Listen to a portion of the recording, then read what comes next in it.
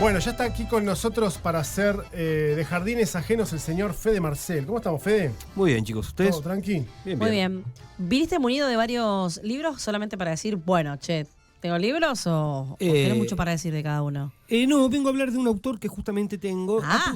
De un autor que tiene la particularidad de haber trazado un hito historiográfico en la literatura con muy poca obra. Ah. Ok, o sea, escribió poco. Escribió poco, pero de muchísima calidad. Enorme calidad, es un tipo insoslayable en la literatura latinoamericana. Estoy hablando, por supuesto, del señor Juan Rulfo. Creo que lo habías mencionado la otra vez. ¿Alguna vez? Cuando hablamos de este que escribía terror, que escribía un montón, no lo pudo memorizar. ¿De quién? ¿De Porque- Lovecraft? No. ¿No? No, el otro muchacho que tenía una obra así zarpada que estábamos todo el tiempo diciendo, bueno, ahora sale una serie en Netflix de este tipo, porque era como un Stephen King. Sí, de Hendrix. Sí. De Hendrix. No, pero no creo que lo haya nombrado a Rulfo ahí. Pues, A mí me suena. ¿sí? Sí. Seguramente en algún momento lo nombré, seguro. Ujú. Seguro, porque es un escritor de muchísimo peso. Bien, eso es muy importante. Y destacar también que si son 2, 3 los libros, pero todo el mundo es como... Aparte, qué fuerte eso, cuando ya está empezado, la gente que le diga, y dale, ¿y cuándo sale otro? ¿Y cuándo sale otro? Y el tipo, ¿qué soy yo? Y era un escritor No de... estoy inspirado. Es un La escritor- quedó, no está vivo. No está vivo. Ah. Rulfo murió en el 86-89. Murió hace un montón. Murió hace un montón. Es un escritor nacido a principios de siglo, digamos, y escribió fuerte su obra entre el 40 y el 60. Ok, ¿No? En aquel entonces los escritores publicaban muy poco.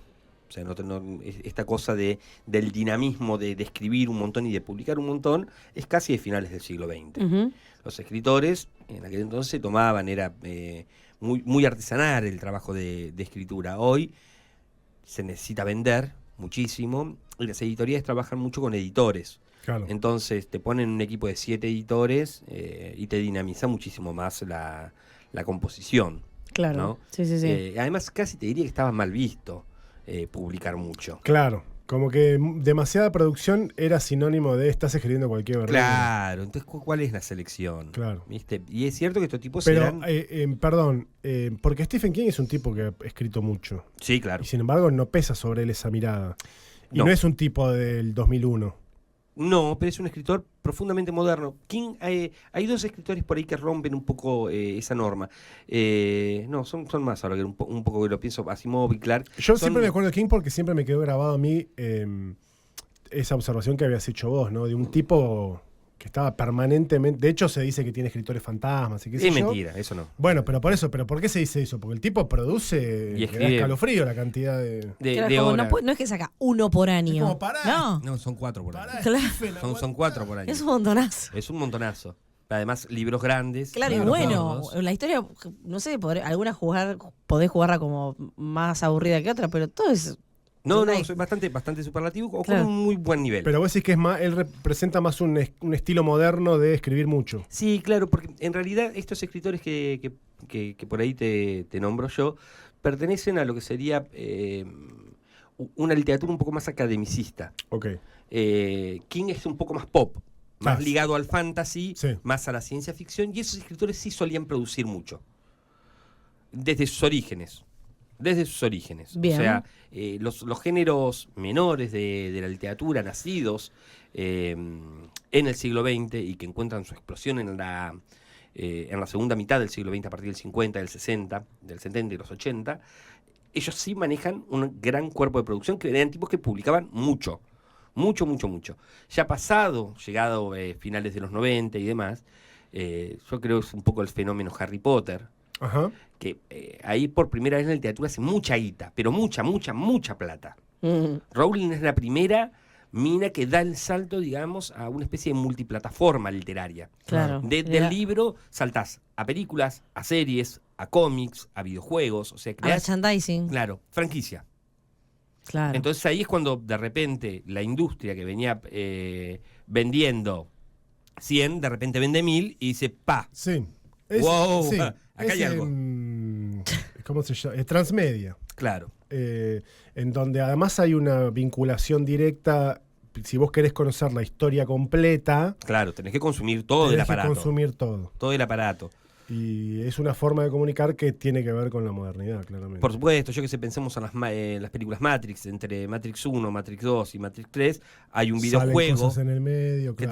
tenés que ver las películas animadas, Claro. en un momento Animatrix, entonces vos armabas Sí. como el circuito alterno en diferentes plataformas. Sí, ¿no? sí, tenés fenómenos que no nacieron transmediáticos y la tecnología les permitió hacerlo. El mejor ejemplo es Star Wars, Por ejemplo, Uf, que claro. no nació transmedia, pero al poco tiempo empezaron a sacar juguetes, cómics, y así. hasta series, todo. ahora hay literatura, hay Sí, mucha literatura ahora escrita. Es increíble. El Señor de los Anillos. Sí, pero El Señor de los Anillos, por ejemplo, no tiene franquicia Ah, mirá. en... No tiene, Señor de- no tiene cómics, no tiene por cómics, ejemplo. por ejemplo.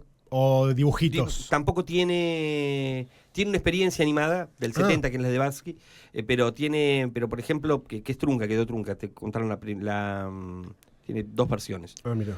O sea, no terminaron la secuencia, es muy linda, Ujú. con una animación del 70. Pero casi artesanal, digamos, no con estas miradas corporativistas. Claro, claro. El Señor de los Anillos queda un poco por fuera de eso.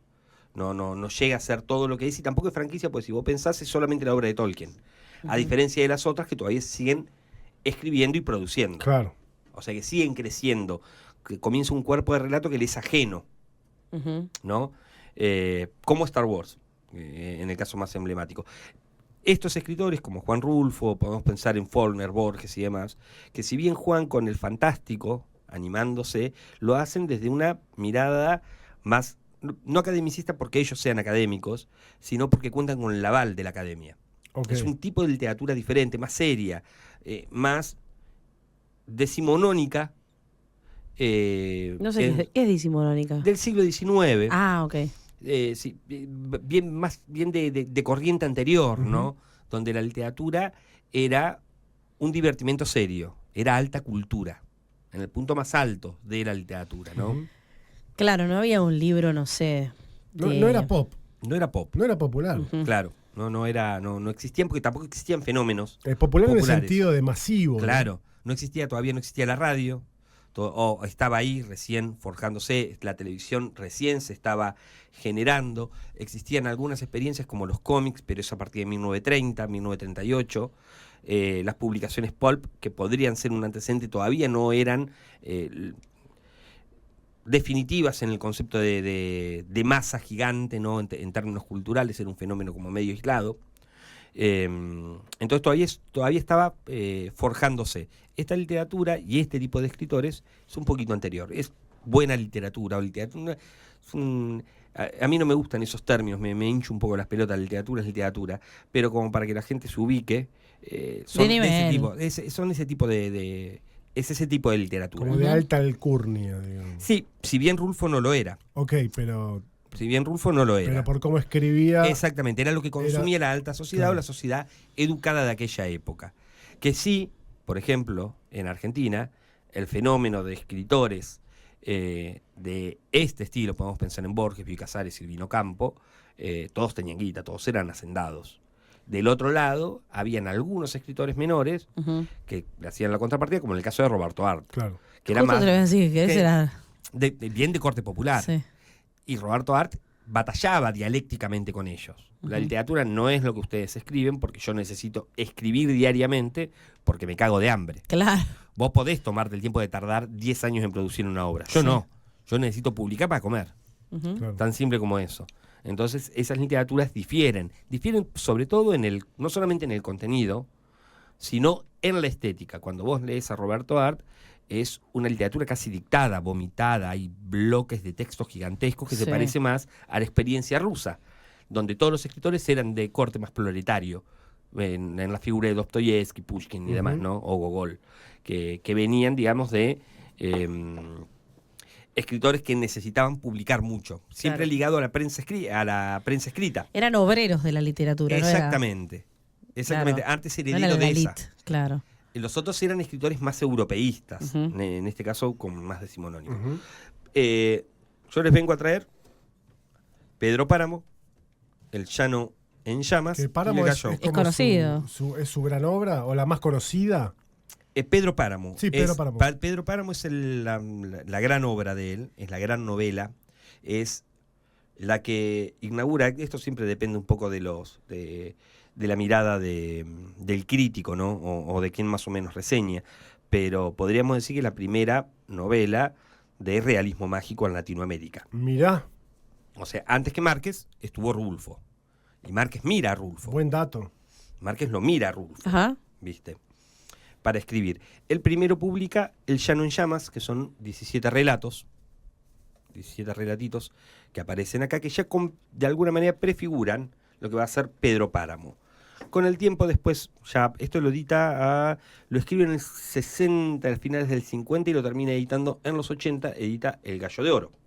Perdón, Pedro Páramo, que acá dice 1955, esa es la fecha. Esa es la fecha. En 1955 Se hace publica. Pedro Páramo. Sí, lo escribe a finales del 40, lo publica en el 55. ¿Ok?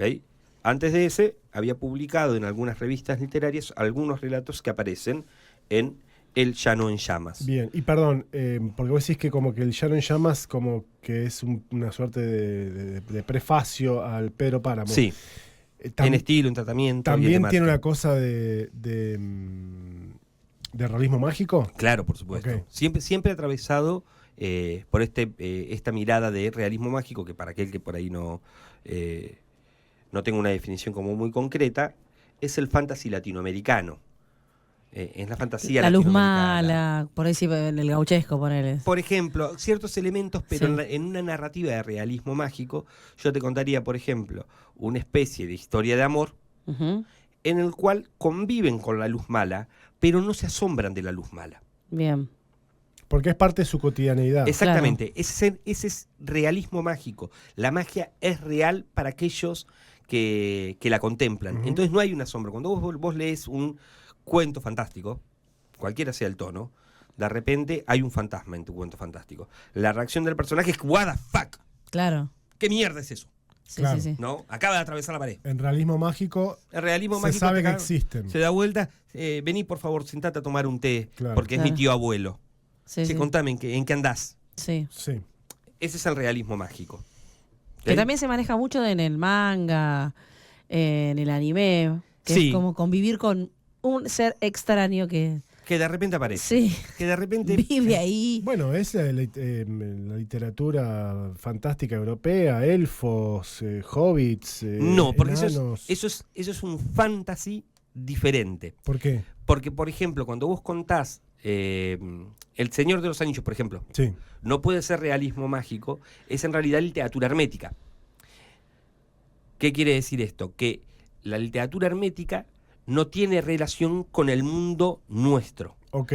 Lo que ocurre en El Señor de los Anillos transcurre en un mundo que no es el nuestro. Si vos mirás la geografía, la fauna, la flora, Sí. las reglas Ah, sociales, no tienen singularidad Es con el una nuestro. sí, es como otro universo. Es un universo que no tiene relación con el nuestro. Por eso se llaman literaturas herméticas. No dialogan de ninguna manera con nuestra Y realidad. en términos de literatura europea, ¿qué sería equivalente al realismo mágico? No existe nada. Ah, bien. El realismo mágico es enteramente Es muy latinoamericano. nuestro. Es nuestro y es Qué irreproducible lindo. en otro lado. Mirá vos. Qué lindo Cada- saberlo. Cada literatura o cada cultura en realidad trabaja lo mágico desde diferentes aristas. El realismo mágico lo que hace es mixturar la leyenda aborigen, los componentes del fantasy, de ese cuerpo de relatos de los nuestra- pueblos Sí, de nuestra cultura americana originaria. originaria, que se mezcla también con el cristianismo. Ujú. Sí, que también tiene mucho. Que tiene mucho de eso en esa mixtura que aparece, de repente es la cotidianidad. Bien. Aparece en la cotidianidad. Sí, es para, que es lo que siempre se dice de 100 años de soledad, es esa relación entre no me acuerdo cómo se llama, la American Company, la de las bananas, Sí. y la explotación que hay sobre Colombia y qué sé yo, Ajá. en un contexto en realidad mágico que es el de 100 años de soledad, ¿no? En el medio hay guerras y conflictos, Claro. hay relaciones incestuosas, conflictos familiares, en el medio de todo esto. Un poco, Rulfo, ¿qué es lo que nos va a contar? Por ejemplo, en El Llano en Llamas, son una serie de relatos que Rulfo recopila de la figura de su tío Celerino y de su padre, que habían sido testigos de primera mano de la Revolución Mexicana y de su guerra civil. La guerra civil, que es la guerra de Cristera en México, que se da entre el 26 y el 29, que es cuando el Estado mexicano se pelea con la Iglesia y surgen milicias católicas. Bien. Porque lo que quería el Estado mexicano era restringir el poder de la Iglesia, en términos de la propiedad privada, o sea, en términos políticos fuerte. La Iglesia pisaba fuertemente y la población mexicana era profundamente católica. Se armaron las milicias y se fueron a una guerra civil. Sí, muy, muy difícil todo eso, ¿no? Porque la iglesia hoy sigue siendo fuertísima en México. Enorme. Es gigante, sí. Imagínate que va a una guerra civil. Con un Estado que intentaba de alguna manera detenerlo. Tanto Pedro Páramo como El Llano en Llamas vienen de ese contexto. Va a contar un poco eso. Son historias trágicas, muy bien escritas por Rulfo. Rulfo era un estilista, era un tipo que pensaba la literatura no de manera disruptiva, pero sí completamente novedosa. De alguna manera... Sí, quería hacer la diferencia. Intentaba hacer la diferencia con las herramientas que tenía. Vos después agarras y mirás a Cortázar, que en 1950 también estaba jugando mucho con esto, mucho con el lenguaje, mucho con el fantasy, ciertos elementos. Cortázar no hace realismo mágico. Es otro tipo de fantástico que te propone Cortázar, ¿no? Que es medio inclasificable, al igual que Borges. Tienen raíces un poquito más europeístas a la hora de jugar con el fantasy. Lo tamizan con lo latinoamericano, no con lo latinoamericano, con lo argentino. Bien.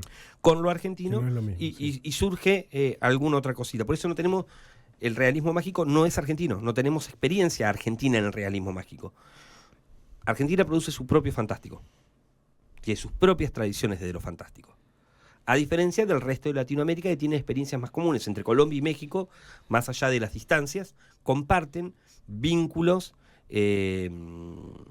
culturales más hermanados, porque tal vez estaban como más atravesados por la cuestión cultural de los pueblos originarios. Claro. Acá fue diferente. Acá los diezmamos, yo puesto.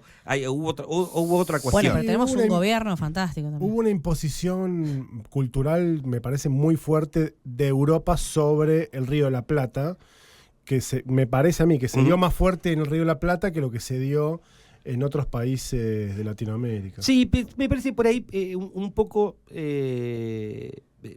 hubo menos resistencia acá, y acá se generó, me parece, yo no sé si hubo menos, acá lo que surgió fue un mestizaje que dio origen naturalmente a lo criollo. Lo que en otro lado, digamos, generaron focos de resistencia, tensiones entre diferentes dinámicas, acá la mixtura fue natural, y muy rápidamente surgió el concepto de lo criollo. Y lo criollo tuvo su propia estructura, su propia línea narrativa, hasta nuestros días. O la literatura argentina no se parece a ninguna otra literatura.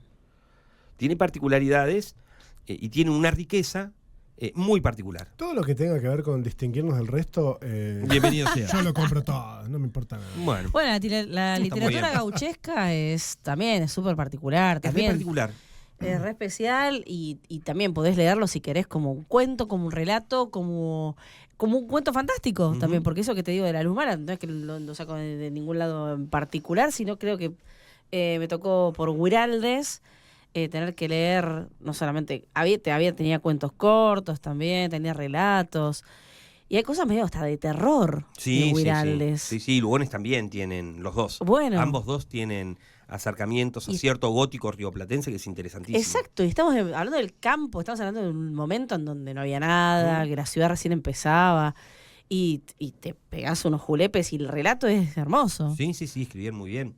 Y te están describiendo la Argentina, o sea, el campo en ese momento, la pampa. Vos agarrás y lees, por ejemplo, Don Segundo Sombra de Guiraldes, que es una novela de iniciación, tiene elementos de características fantásticas por momentos, porque la figura de Don Segundo Sombra es una figura difusa, es una sombra, es algo que es inasible por momentos dentro de la propia narración. La figura, y Guiraldes juega justamente con eso, y es una novela gauchesca de iniciación, no vas a encontrarlo en otro lado. Tampoco vas a encontrar la obra de Pedro Páramo o la obra de Rulfo en ningún otro lado, en ninguna otra expresión latinoamericana. No se va a parecer a la de Márquez, va a ser diferente. También va a ser un poco más política. Escribía muy bien Rulfo, pero muy bien, era un tipo parco, dio pocas entrevistas, era como un tipo serio, muy celoso de su propia intimidad. Ujú. Y un gran escritor. México lo amaba cuando muere. Era un símbolo cultural gigantesco, enorme. Fue una especie de figura como la de Borges o sea, fue troncal. Mirá. En la cultura mexicana es un tipo troncal que durante muchísimos años dirimió. Sí, siguiendo esa línea comparativa con Borges, ¿tiene esa cosa de usar el castellano difícil? No. Ah, No. Tampoco es de nuevo, no es literatura pop, ¿no? En Pedro Páramo nos va a contar Pedro Páramo es el padre del protagonista. La madre muere y en el lecho de muerte el hijo le promete que va a buscar a su padre para resolver asuntos inconclusos. Ujú. No quiere cumplir. O sea, fue el tipo, le prometía a mamá, pero la verdad ni ganas de embarcarme en esa. Pero comienza a tener sueños, pesadillas que comienzan a acosar. El tipo, ok, bueno, nada, se ve, lo tengo que resolver. Sale a buscar a Pedro Páramo. Se encamina hacia Comala, que es un pueblo, en este caso, similar al de Márquez, como... claro. ¿Cómo se llama? Macondo. Macondo, claro. Como Macondo, o sea, es Donde una estaban ciudad los buen inexistente. día. Claro. Es una ciudad inexistente. Pero que cuando me imagino, estoy suponiendo Sí. que cuando te detalla la geografía, el paisaje y qué sé yo, tiene una reminiscencia con alguna ciudad. Sí. Con una típica ciudad latinoamericana, mexicana, Exactamente, capaz en este caso. Claro. exactamente. Cuando el tipo llega, comienza a cruzarse con diferentes personas a las que va interrogando acerca de, lo vieron a Pedro Páramo, estoy buscando a Pedro Páramo, y va teniendo como diferentes diálogos ahí, pero son diálogos difusos, y uno comienza a sospechar que los interlocutores de Pedro, Ujú. del personaje principal, que no sabemos cómo se llama hasta más adelante, están muertos. Entonces, es el pasado, es la muerte, es la relación de su padre con su hijo. Después, a un tercio de la novela, cambia, ya deja de ser narrada en primera persona, pasa a ser narrada en un narrador omnisciente en tercera persona. Aparecen otros personajes mientras él va indagando, y aparecen radiografías de su padre, que era una especie de cacique mercenario que participa en la guerra de Cristera, que era un tipo increíblemente cruel, pero que también era un personaje complejo, porque amaba profundamente a su hijo, no a él, sino a un hijo anterior. Entonces comienza una radiografía muy puntual de determinado tipo de personajes que van apareciendo, que son arquetipos de la sociedad y del sujeto mexicano. Claro. Y él lo va a ir haciendo con muchísimo tino. Tan fuerte es así que cuando Borges lee Pedro Páramo, y Borges no era un tipo dado a elogios, dice: Pedro Páramo es la mejor novela que ha dado Latinoamérica y tal vez posiblemente de la literatura universal. A la mierda. Wow. Es una muy buena novela. Ahora la traje a colación porque me vi la vez pasada, va a ser el horror, no le pongo ni 2 fichas a esto. Ok. Una mega superproducción de Netflix haciendo Pedro Páramo. Lo van a transformar en, supongo yo, en una ficción pop. Vos sabés que vos lo ibas describiendo y yo me acordaba de, no sé si escucharon la opereta de Dolina, Lo que me costó el amor de Laura, que tiene un poco de esta cosa rescata, Ujú. que es como que el tipo se mete en una especie, en un barrio, pero en un barrio fantasma, tal vez, se va encontrando con la nada. Ahí esa sería una especie de fantástico arrabalero lo que propone Claro. Granata. Me dio esa sensación, por eso lo asocio tanto con Claro. esto de, por ahí también, o como Mujica Lainez Ujú. también, con esas cosas como también como de la cosa de la pesadez, pero también de ir a lo que le pasa al ser humano en ese momento, que es la oscuridad, la incertidumbre. Ujú. Esto, la nada, estar en la nada, y que de la nada venga alguien, y quién es ese alguien, ¿es cierto? ¿Me lo creé yo?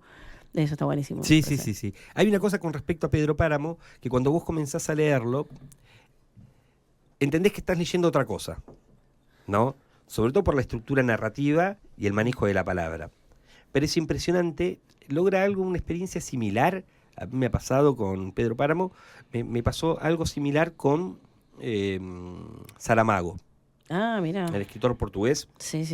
Saramago tiene un rango de escritura muy extraña. No utiliza, por ejemplo, guiones, tiene fraseos extraños, utiliza el punto y el punto y la coma de manera rara, extraña, y sin embargo, en ningún momento te perdés y en ningún momento dejas de entender aquello que estás leyendo. Pero es un poco como, escribe como habla, y que eso no se da en los escritores porque hay un estilo para escribir y también hay algo para transmitir, entonces vos tenés que respetar eso, pero me parece que por ahí va por ahí, ¿no? Yo no sé si la que sí lograba eso, la oralidad con un punteo extraño, era Liliana Bodoc. Vos lees Los días del venado y en determinado momento, que eso es fantasy de estructura europea. ¿También hermética? Sí, hermética, pero con personajes, trama, descripciones y ambientes latinoamericanos. Claro, está bien, sí. Profundamente latinoamericanos, porque es la conquista de América, contada en clave fantástica, en literatura hermética. Bien. ¿No? Cuando vos lees a Bodoc, en un momento la capacidad narrativa de Bodoc, te olvidas que estás leyendo y comenzás a escucharla. En un momento se difumina, o sea, se desfigura la palabra y lo que te queda es una voz en el oído. Es extrañísimo. Qué loco. Es extrañísimo, es una experiencia completamente divertida y súper amena y profunda. Te logra un nivel de intimidad muy, pero muy fuerte. Mira.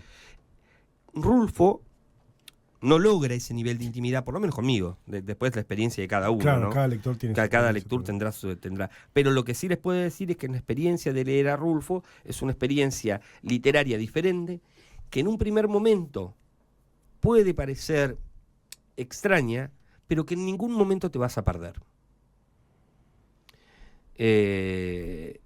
Entra y sale desde diferentes ópticas y pasa de la primera al omnisciente, a determinado tipo de plural, a singular. Mira. Y vos nunca te perdés. Claro, está bien. Nunca te perdés. Lo que sí va a jugar Lo sobre... podés seguir. Y tiene esto que es muy interesante, que tal vez yo y vos leamos el mismo fragmento y entendamos cosas diferentes, pero los dos entendimos. Comienza a jugar con la subjetividad del lector, que también lo hace Cortázar después. Y solamente lo hace por medio de la palabra. Es algo muy difícil de hacer. Lograr esa estética, esa estilística, que genere ese efecto, que me guste a mí, te guste a vos, sea la misma cantidad de palabras, leamos exactamente el mismo texto y que nuestra interpretación sea diferente. Claro. Es muy difícil de lograr eso. Muy, pero muy difícil. Y que los dos tengamos razón. Sí. Los dos vamos a tener razón, porque lo que él quiere es que se juegue esa subjetividad. Mirá qué bueno. Entonces es una experiencia muy interesante como lector. Con el tiempo después él va a escribir El gallo de oro, que es la otra novela de él, muy pero muy linda. Te va a contar, esta es una historia, también es una historia de pobreza, es una historia de un tipo que tiene un gallo para pelea. Y en un momento el gallo casi muere y el tipo, hay uno que lo va a sacrificar. El tipo le dice, no, mira, déjame que yo lo voy a rescatar al gallo, voy a ver si lo puedo rescatar. Y el tipo se lo lleva a la casa, lo entierra y le deja solamente la cabeza afuera. Mierda. ¿No? Para curarlo. La que muere es la madre y la que revive es el gallo. Muere la madre del muere la tipo. Muere la madre del tipo y revive el gallo. Okay. Y el gallo se transforma en un gallo dorado, enorme, poderoso, recopado. Y hay cierto intercambio de una vida por otra. Entonces el tipo saca, muy pobre, completamente carenciado, el tipo le falta un brazo, ¿viste? Y se lleva a la madre, la entierra en unos cajones medio podridos y se la lleva al pueblo. En el pueblo se ríen, ¿viste? Está enterrando al gallo, le dice. El tipo, entierra a la madre y se manda a mudar. Se va con su gallo y el gallo comienza a ganar un montón de peleas. O sea, se transforma en un gallo de oro. El de oro. El gallo ¿no? de oro. Le la repega el tipo, conoce a otro personaje que se dedica a las peleas y aparece un personaje femenino, hay una historia de amor ahí, pero bueno, transcurre todo en un México profundamente atravesado por la marginalidad, pero también por la cultura. No es una historia de marginalidad y crimen, sino es algo medio fronterizo. Entiendo, sí. ¿No? Es algo medio fronterizo contado con una pluma Como verdaderamente exquisita. Lo que me estoy imaginando lo que sé es como un poco graficando cómo vive el pueblo profundo. Exactamente, de aquel entonces. Claro. Con sus rituales, Claro, con sus claro. magias, con sus realidades Ujú. y sobre todo con su magia. Sobre todo profundamente con su magia. Ujú. Conviviendo con estas creencias que son realidades. Un poco lo que te propone Rulfo y un poco también lo que te propone el realismo mágico. La realidad no es solamente aquello que ves. Y si ves otra cosa, también es real, Claro, porque hay todo un cuerpo de creencias. ¿no? La realidad es mucho más de lo que tu percepción puede llegar a decirte que es. Y si lográs percibir aquello, eso también es real. Ujú. Hay un matiz Qué diferente. lindo ese final. ¿Eh? Pero qué final. Poético, además. Y sí, Está bien. escúchame. Ya lo estás despidiendo. Sí, claro. ¿Por qué? Porque está muy bueno, supongo. ¡Qué lindo ese final! ¡Terminó la obra! Muy bien. Muchas gracias, Fede. Tendrías Nos que vemos. haber llegado No, más es temprano. que es así. Me parece que hoy se están aprovechando políticamente de esto también, de decir, bueno, viví Ay, tu propia Carolina, aventura. pero no puede. ¿Por qué? Estamos hablando de literatura de Pedro Páramo. Déjalo a Milei un rato. No lo puedo dejar. Tenés que dejarlo. Se aprovecha, pero en general todo de la realidad y de la ficción. Bueno, pero también ha habido otros momentos en donde. Hay momentos. También hoy es el momento. Siempre hubo momentos en donde hay un tipo de ciudadano superurbano, entre los que yo me incluyo, que frente a cualquier creencia que viene de las profundidades de nuestras raíces, todo eso es superstición y que eso atonta. Mirá a dónde me voy. La hora de los hornos de Pino Solanas. ¡Vamos! Década del 70 clandestino, uno de los capítulos, dentro de uno de los capítulos, son 3 grandes capítulos muy largos, en algún momento Pino, desde su mirada De hombre blanco. porteña, europeísta. que voy al teatro y viajo a Europa y no Claro, sé qué sí, cosa, cualquier, muy revolucionario en ese momento, estaba el tipo por agarrar las armas, cualquier cosa que tuviera que ver con rituales de pueblos originarios, ¿viste? Hacer cosas con sacrificar un Volver a las gallo raíces. o rezarle a la Virgen de Satanudos era propio de una iglesia que lo que estaba haciendo era atontar al pueblo para que el pueblo no se levantara en armas. Es, decir, bueno, pará, Es un montón. Tenés que aflojar con la lectura de la revista Sudestada. son peor que Sudestada. La gente cree cosas también. Claro. Y yo En algo hay verdaderamente... que creer. No, y algo que vos no creas, digamos. Ahora se cree mucho en la parece. astrología, por ejemplo. Bueno, Y antes era una ¿qué huevada. hacen? Sí, sí. Es así. Y hay mucha gente que sigue creyendo que es una huevada, pero bueno. Sí, sí. sí. Pero tenés a, no sé, a Madonna que no te toma gente de Escorpio para trabajar en su staff. ¿Entendés? Bueno, qué sé yo. Bueno, tenés a Dua Lipa que dice que no va al psicólogo y bueno, tiene una astróloga. Bueno, Ok. ahí tenés. Ok. Y les va bien, ¿eh? Sí, claramente no les va mal. Y acá les traje otro, y con este ya cerramos. Este es el más lindo de todos, en realidad, porque es el más extraño, que no se consigue y lo tengo yo a la venta. Tengo Aire de las Colinas, que son las cartas a Clara, ¿Y Clara quién es? la mujer de Rulfo. Ok. O sea, son las cartas que Rulfo a lo largo de muchos años se cruzó con Clara. El nivel de literatura en las cartas de Rulfo, las cartas Deben personales ser de amor, terribles. son... ¿Cómo aguantá, loco? No. Tiene la vara Esto, demasiado literatura, alta. ¿Cómo puede ser que escribas tan bien? Literatura. Mirá. Porque hay una cosa en las cartas que se ha perdido, porque ahora ni siquiera mandamos mail, mandamos mensajes de WhatsApp o audios. Sí.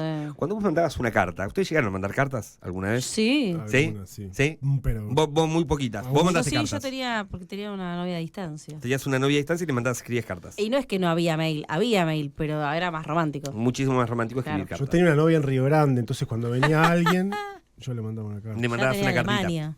Cuando uno escribe una carta, vos no escribías la carta así nomás. No. Vos te esforzabas. Sí, Porque la carta, no solamente porque le guste a la otra persona, claro. sino porque la carta también era un registro de algo que podía llegar a quedar. Entonces vos intentabas ser lo más ocurrente, bien escrito, bien pensado, que vos podías llegar a lograr. Claro. Entonces, si sos Juan Rulfo, escribís del carajo. claro. Sí, si somos cualquiera de nosotros, posiblemente una carta a alguien que querramos sea lo más cuidado que vamos a intentar escribir, incluso más que una nota periodística para algún medio. Claro. Porque se juegan otras cosas. Es muy No, íntimo, no. claro. Es íntimo. Vas a hacer una búsqueda interna fuerte. Vas a buscar la palabra correcta para Claro. expresar aquello que vos querés decir y que eso que vos querés decir sea también complejo. Sí. Porque nadie quiere ser simple.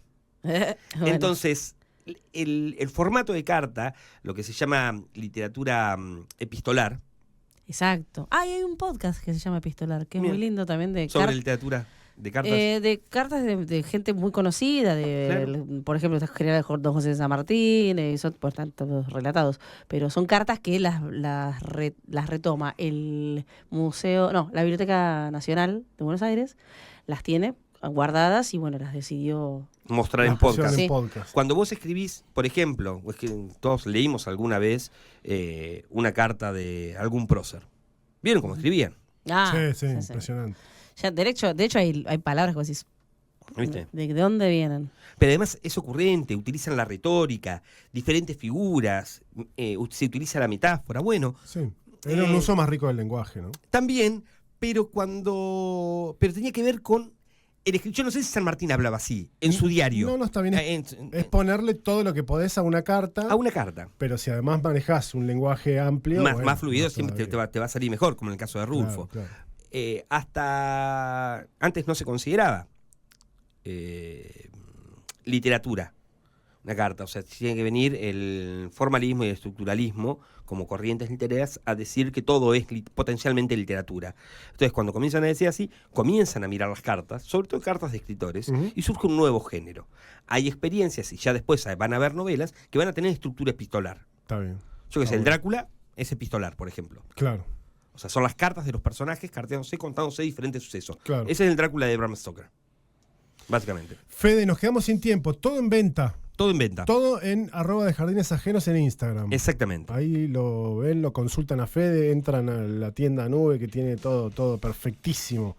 El señor Juan Rulfo. Aire de las Colinas, El Gallo de Oro, Pedro Páramo y este me gusta porque a mí los libros chiquitos me gustan. Son muy lindos, sí. Me parecen estéticamente bellos. El Llano en Llamas. Gran libro. Bueno, todo en @dejardines_ajenos. Gracias, Fede. No, por favor, un placer. ¿Sabés qué? Te voy a encomendar una tarea, no tiene por qué ser para el viernes que viene, pero Ok. se me ocurrió antes de venir hoy, que un día podríamos hablar de literatura infantil. Cuando quieras. Le estoy leyendo Oesterheld a mi hijo, Sí. entonces necesito... Sí, bueno. Ay, qué bien. Hacemos literatura Le infantil está la próxima. gustando Qué porque tap. son cuentos de Oesterheld que no se habían editado, qué sé yo, los editaron hace algunos años, y le gustan porque son fantásticos y ciencia ficción, mucha ciencia ficción. Pero bueno, capaz que tengo que ir a la boutique y comprar un par de recomendaciones. ¿Me podés comprarme a mí? O si Esa. vos tenés Yo algo, tengo literatura infantil, Bueno, podés comprarme a mí. Jardines por eso te estoy ajenos. invitando a que me hagas una Bueno. columna de literatura infantil. Dale. Gente, pasen un buen fin de semana. Recuerden consultar las redes sociales de Fede, @de Jardines Ajenos, y también, por supuesto, las nuestras, @el Delivery TDF. Quédense en FM Centro. Insisto, buen fin de semana y nos vemos el lunes. Chau. Chau, chau.